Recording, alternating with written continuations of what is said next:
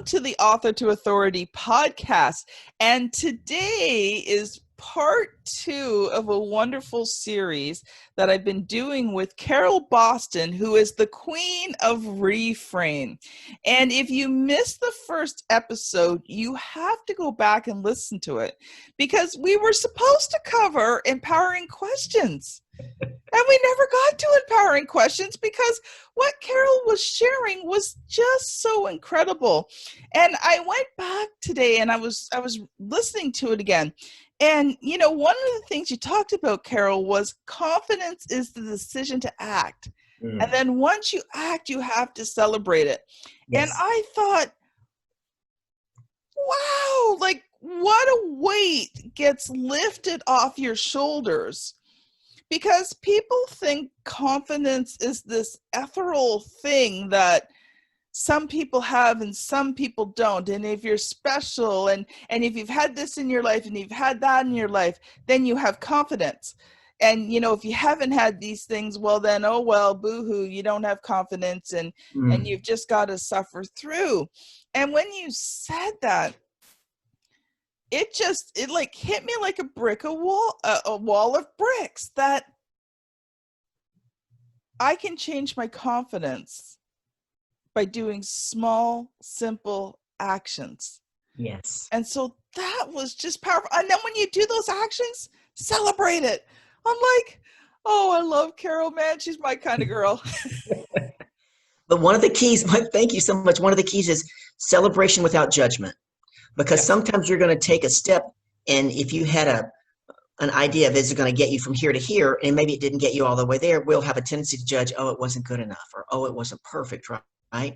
So one of the things that ties in with that is that done is better than perfect, and we change the definition of what success is. Yes. Success is in the attempt. It's not just in reaching, you know, your annual quota or the end goal, or, you know, I have 100 clients this year or whatever. Success is in the attempt. And that also helps you with your confidence because you celebrate the fact that you took the action, not just the result. Yeah. Yep. Yeah. And you know, as you were saying that, I thought back, you know, 2019 was a hard year business-wise for me. Just had some extreme circumstances happen that totally changed my focus and how I had to do things for 2019. Okay. So, you know, coming into the last quarter, I realized that the sales goals I had were just not going to happen. Okay. So I had to reframe what success was going to be for me in 2019. And success was I kept the company open. Good for you. Yep. You know, success is I kept things going enough that, you know, once that one circumstance was kind of done and through, I could pick up and rebuild again. Awesome. You know, because I had the foundation there, right? I built a strong foundation. So I knew if I could just keep certain things going, you know, not growth, just maintain. And not maintain forever, but maintain for a short period of time. That once that circumstance was kind of through, I was positioned to grow again. And so when I came out in 2019, I heard that's what you've been doing. Yeah, that's what I've been doing. Awesome. Now, I have to admit, you know, there was times, especially come Christmas 2019, you know, I was worn out. Sure. I was tired. I was worn out. I was overwhelmed. You know, I looked at the results and, you know, yeah, I kept the business open, but, you know, there was part of me that was disappointed too, right? Just being honest. Oh, yeah. But I was able to come out of it with hope. And so I think sometimes as entrepreneurs, like you said, you've got to reframe how you define success. Yes. And it can't be based on what anybody else does. No. Only you can determine what's success for you. Exactly. And you said something really important that's in alignment with something I talk about is that you can be content and disappointed at the same time. Yes. Right? You can choose to be content, right? Your business is still open and going, but you still have this little piece of disappointment. But that disappointment doesn't become your only focus. Yes. and that you didn't let that disappointment say there's no more hope. I'm going to give up. Yeah. Right? That's awesome. Congratulations. So how's Yeah. your It was business like, this year? Good, huh? oh, it's good. It's good. Awesome. But yeah, I was disappointed, but it was kind of like, okay, this was not how I pictured 2019. Mm-hmm. But, and you see, that's the important word. See, sometimes but is not a good word, right? But Right. in this case, it was because I knew that 2020 would change. Yes. Now, did I know how 2020 was going to change? No. And that was a big surprise. But it's funny, people talk about pivot. I didn't have to pivot at all. Good for you. My business is predominantly online anyway. That's great. You're ahead of The, the curve then. yeah, well, the only thing that changed was I didn't get to meet with people in person. Mm-hmm. And I am stronger in person than I am, let's say, over camera, over phone. You know, my in-person skills face to face are the strongest. It's not that the other ones are weak. It's just, you know, everybody has their way that they work best. Some people work best on phones. I'm Mm-hmm. decent on phones, but I prefer the face to face. Like, I like to see you, right? So, you know, the only main pivot for me was just increasing how I did things online. Right. Because they were already there, but just I had to do them a bit differently. So, but yeah, and I just want to quickly talk about one other thing that you Okay. mentioned that just was mind blowing, and then we are definitely going to get into empowering questions. The other thing you said was, you know, we have a tendency to keep our word to other people, but we don't keep our word to ourselves. And I Yep. think that also links back to the confidence as well. It does, because what we don't understand is that every time we don't keep our word to ourselves, it erodes self-trust, but it's insidious. We don't necessarily see it or feel it. So if you told me 3 times in a row that you were going to do something and you didn't keep your word, I would begin to trust you less. Mm-hmm. But I may tell myself 20 times I'm going to do something and not do it, right? And I Yes. don't I don't understand, because I'm not in front of me, I'm in my jar. I don't understand that I'm eroding self-trust by not keeping my word to me. So it's a key area that I work with my clients on. Yes. I had a guy, I'm in a mastermind, and this guy was whatever. I offered him some free coaching. I said, I'll take you through this one piece of homework. It's worth a lot of money. It changes my clients' lives. He said, okay, okay. He even posted in the group. I got an email from Carol. He was so excited. I said, this is exactly what you need to do. Get it to me by this time. I work with the people who make decisions and are action takers. Week later goes by. We're in the mastermind. Nothing. Mm-hmm. My offer's off the table. Yeah. And no, my offer's off the table. And you have Yep. no idea how much you just gave up. But no. It wasn't about your word, keeping your word to me. It's about you didn't keep your word to you. Mm-hmm. Right? Yep. You said if you were busy, all you had to do is say, Carol, thank you so much, but I can't make that time frame. Would you be open to a different time frame? That would have changed the whole course, right? And so if we don't ask, the answer is always no. Because he didn't take responsibility for it. Yes. Yes. And often as entrepreneurs, I know I've been guilty of it before. We wear a lot of hats. We think we can do, oh, I can get that done. I can get that done. Right? Guilty. And then, Guilty. yeah, I Guilty. can get that done. Instead of really, taking care of ourselves and knowing that it's okay to say, you know what, I really appreciate it, but I can't make that time frame. You don't Yep. have to give them a story. I can't make that time frame. Would you be open to another time frame? And that Yeah. person can say yes or no, and then you negotiate from there. But we get ourselves in trouble when we think we can do it all, right? Yeah. And so, Yep. And I've also learned too the things that I'm not supposed to do. I've learned that if I'm going to grow this business the way I need to grow this business, I have to develop a team to do it. Because yes, I can't do it all. I can't be, you know, business owner. I can't be a good business owner. I can't be a good wife. I can't be a good mother. I can't be a good grandmother. You know, I can't be a good part of the leadership of my church and the good part of the leadership of Toastmasters and all these other things on my own. exactly. Exactly. There's not enough time in the day, and my body just wears out. And that's, burnout's serious. I've been through burnout Absolutely. about 2 or 3 times in my life, and I've learned Mhm. that's not a place I want to be again. Sure.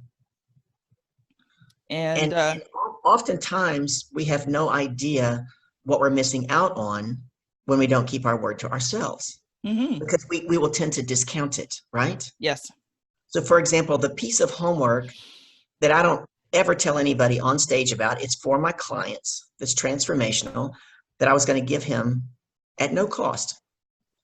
Let me just tell you, this particular gentleman, when the leader of the mastermind says, how much is your program? And he said, it's $147. And the leader says, well, how many hours does the person get for $147? And the guy said 8 hours. I was like, my eyes went like this. Like the leader actually looked at me and I was like, oh, no, no, no, no. Like this guy does not know his value at all. So the piece that I gave him, just to let you know, a week ago Thursday, I get an email from a fairly new client. We had worked together 5 times, 5 times. And it said, as a matter of fact, she's doing a video for me because I just appreciated it so much. The email, she calls me Dear Carol. She's from London, by the way. So she always calls me Dear Carol, which I love, right? She says, Dear Carol, oh my God, I am celebrating with you. I just sold that program for 500 pounds and I didn't even have to give away the bonus. I'm dancing and I'm celebrating. Thank you for everything. Now, I want you to think about this. When she hired me 5 weeks before, she couldn't sell that same 1 week program for 100 pounds. She was trying to sell it for 100 pounds and a bonus. She was mad. She said, I've invested all this money in me and I should be charging this many pounds and that many pounds. And I'm like, you don't charge for what you've invested in yourself. You charge for your value and you have no idea who you are.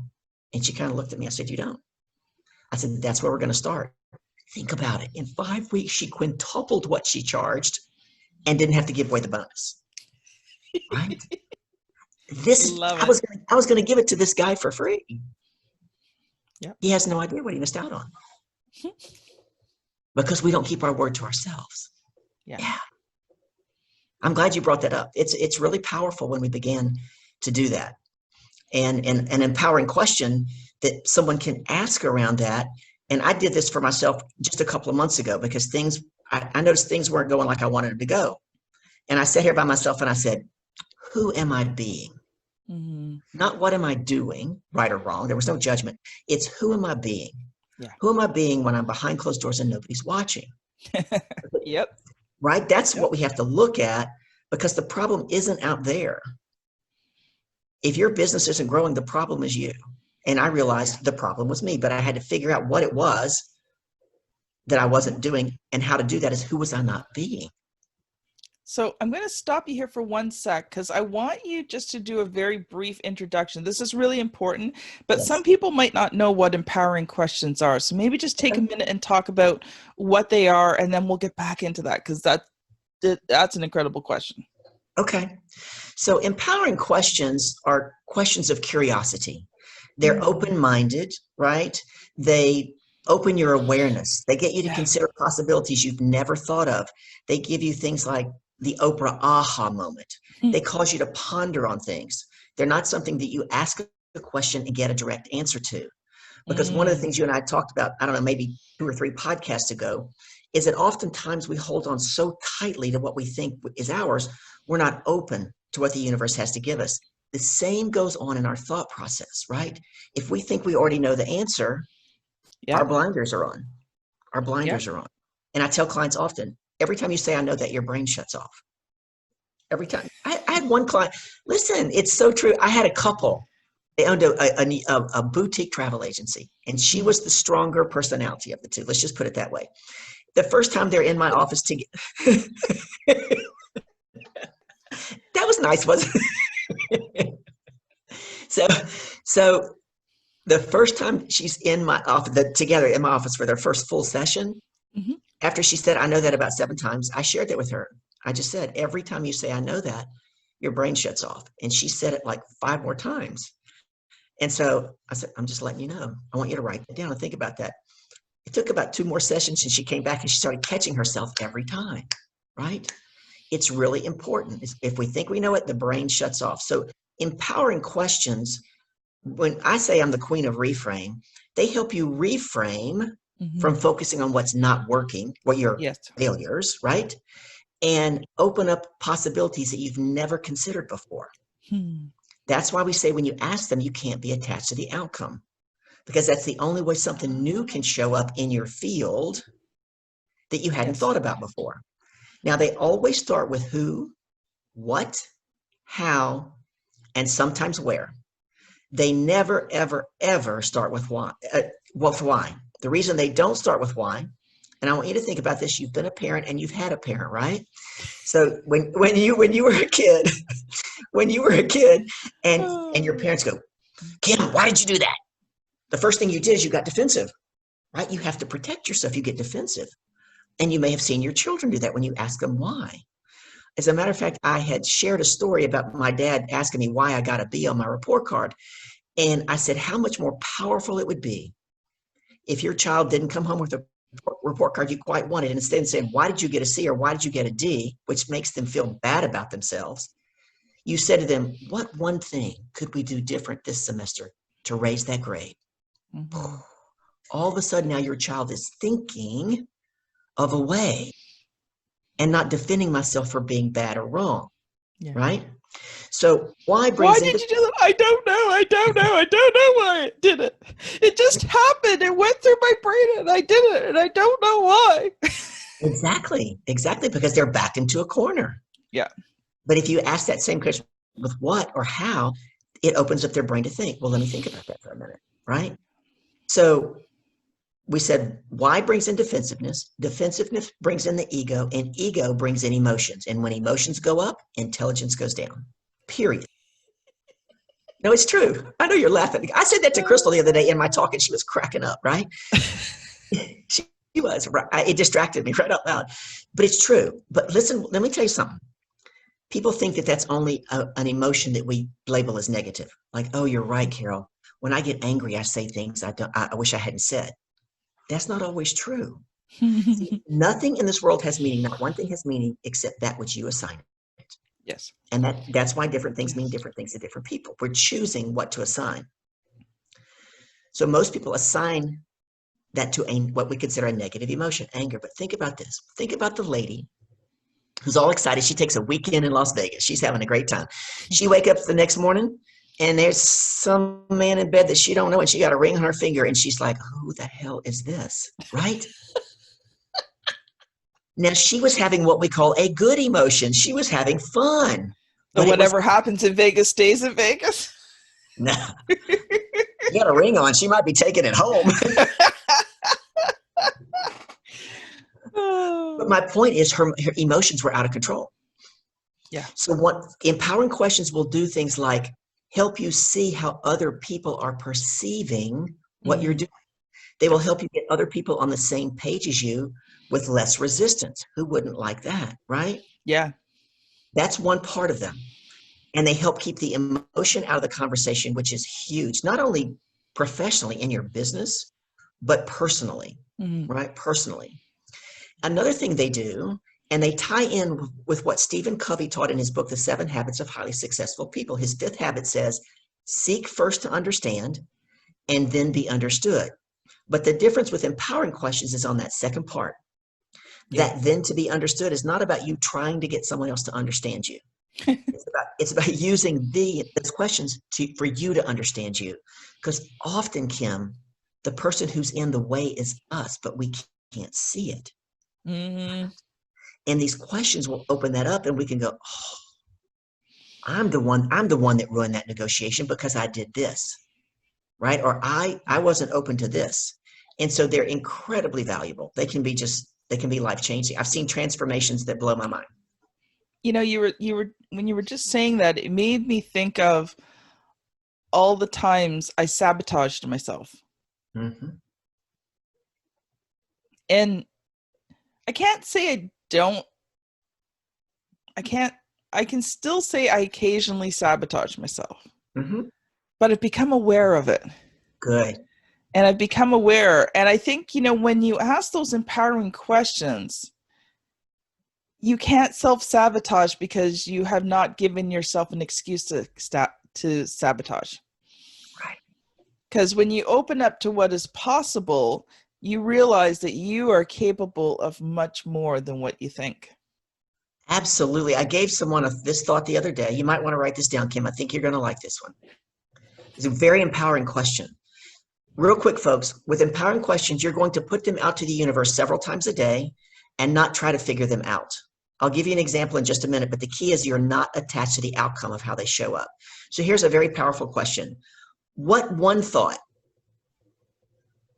just one, what one thought that I don't have today,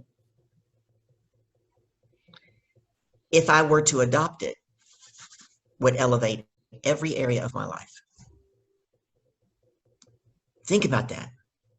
You're saying there's a thought out there that I don't have, but I'm telling the universe, if you bring it to me, I know that if I can adopt it, I mean, you're going to have, seriously, that's an Oprah aha moment, right?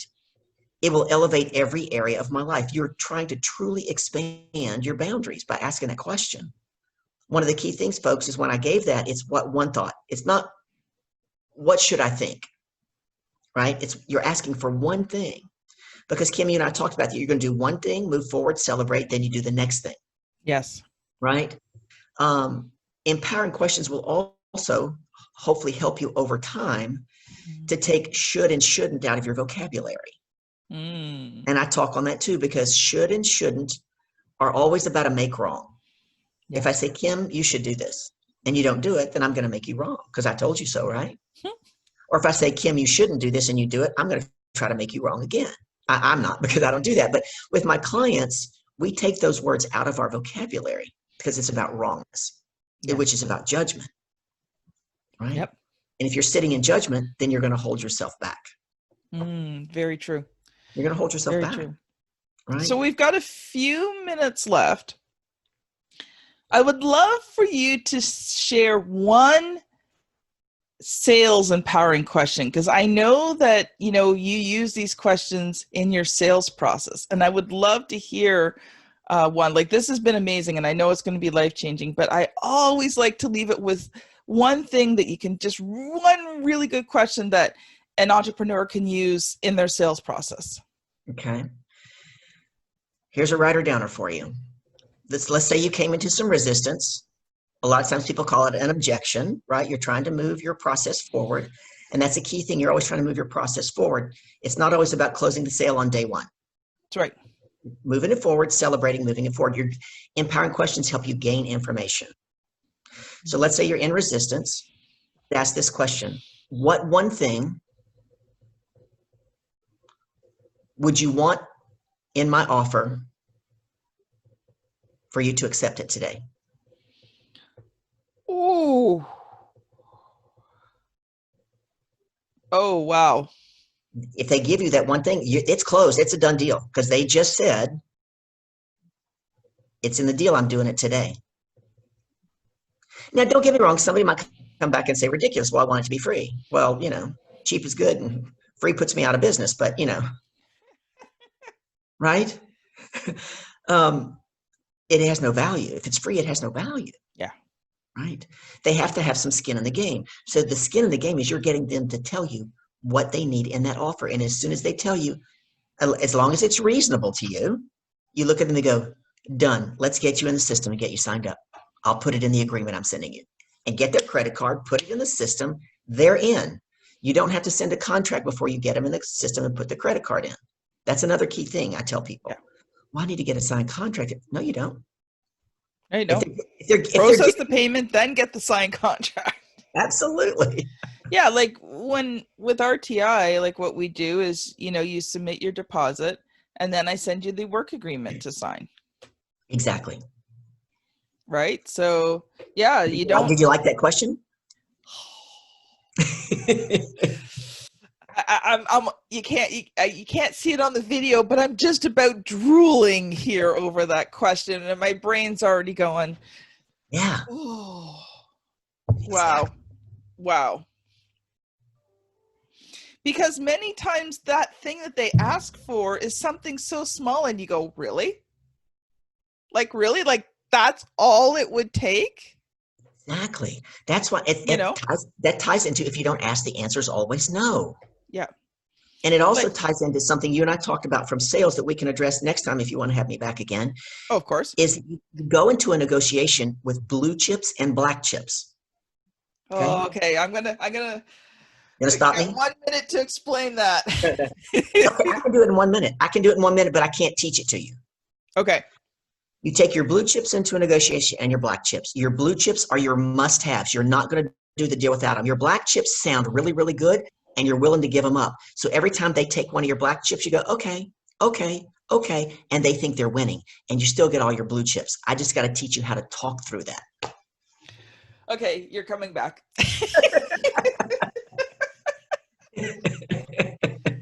Oh, when you were talking about that one thing, it just reminded me of a couple of times when I was negotiating to write people's books, and I never asked the question, but somewhere in the conversation they'd be like, yeah, I really want to do this, but I've got this one problem and one thing that I'm really just going to need. And I'm like, so I'd say, okay, what is it that you need?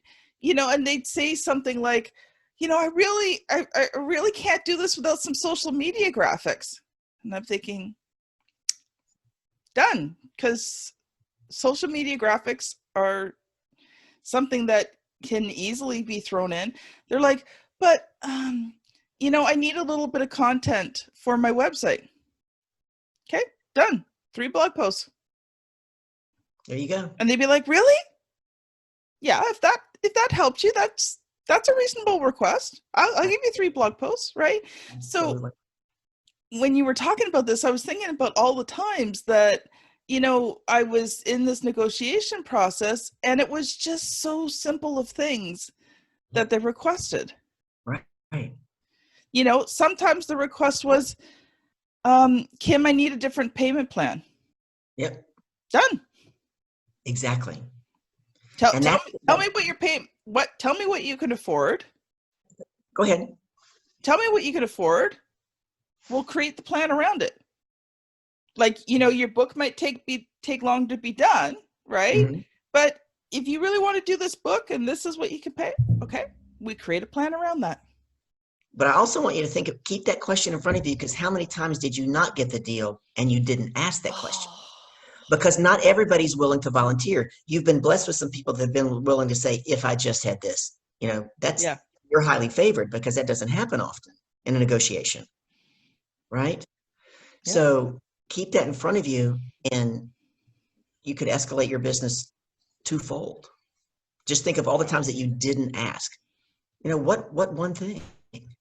Yeah. Just give them one, right? Yeah. So next time you don't have to do blog post and social and graphics, you just do one. Yeah. Well, actually, awesome. Those 3 things were 3 different clients, so I didn't give them all 3. Okay. They got 3 different clients, got 3 different things. So perfect. Okay. Good for you.